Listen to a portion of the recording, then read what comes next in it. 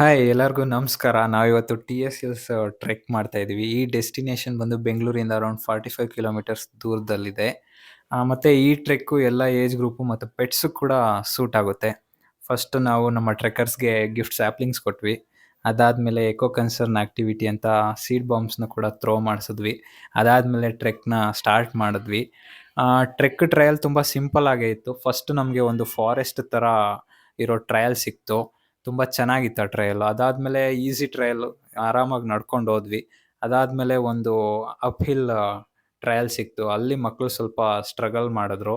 ಅದನ್ನೆಲ್ಲ ದಾಟಿ ಬೆಟ್ಟ ಹತ್ತಿದ್ವಿ. ಬೆಟ್ಟದ ಮೇಲಿಂದ ಲೇಕ್ ವ್ಯೂ ತುಂಬಾ ಚೆನ್ನಾಗಿತ್ತು. ಅದ್ರ ಜೊತೆಗೆ ನಂದಿ ಹಿಲ್ಸ್ ವ್ಯೂ ಕೂಡ ತುಂಬಾ ಸಖತ್ತಾಗಿತ್ತು. ಒಳ್ಳೆ ಫ್ಯಾಮಿಲಿ ಜೊತೆ ಟೈಮ್ ಸ್ಪೆಂಡ್ ಮಾಡೋದಕ್ಕೆ ಇದೊಂದು ಒಳ್ಳೆ ಲೊಕೇಶನ್ ತರ ಇತ್ತು. ಇದನ್ನೆಲ್ಲ ವ್ಯೂಸ್‌ನ ಎಂಜಾಯ್ ಮಾಡೋವಾಗ್ಲೇ ಬ್ರೇಕ್‌ಫಾಸ್ಟ್ ಕೂಡ ಬೆಟ್ಟದ ಮೇಲೇನೆ ಇತ್ತು. ಬ್ರೇಕ್‌ಫಾಸ್ಟ್ ಜೊತೆ ಆ ವ್ಯೂಸ್‌ನೆಲ್ಲ ಎಂಜಾಯ್ ಮಾಡ್ಕೊಂಡು ಮೈಂಡ್ ತುಂಬಾ ರಿಫ್ರೆಶಿಂಗ್ ಆಯ್ತು. ಈ ಥರದೊಂದು ರಿಫ್ರೆಶ್‌ಮೆಂಟ್ ನಿಮಗ್ ಬೇಕಂದ್ರೆ ಬೆಂಗಳೂರು ಟ್ರೆಕ್ಸ್‌ನ ಒಂದ್ಸತಿ ಟ್ರೈ ಮಾಡಿ.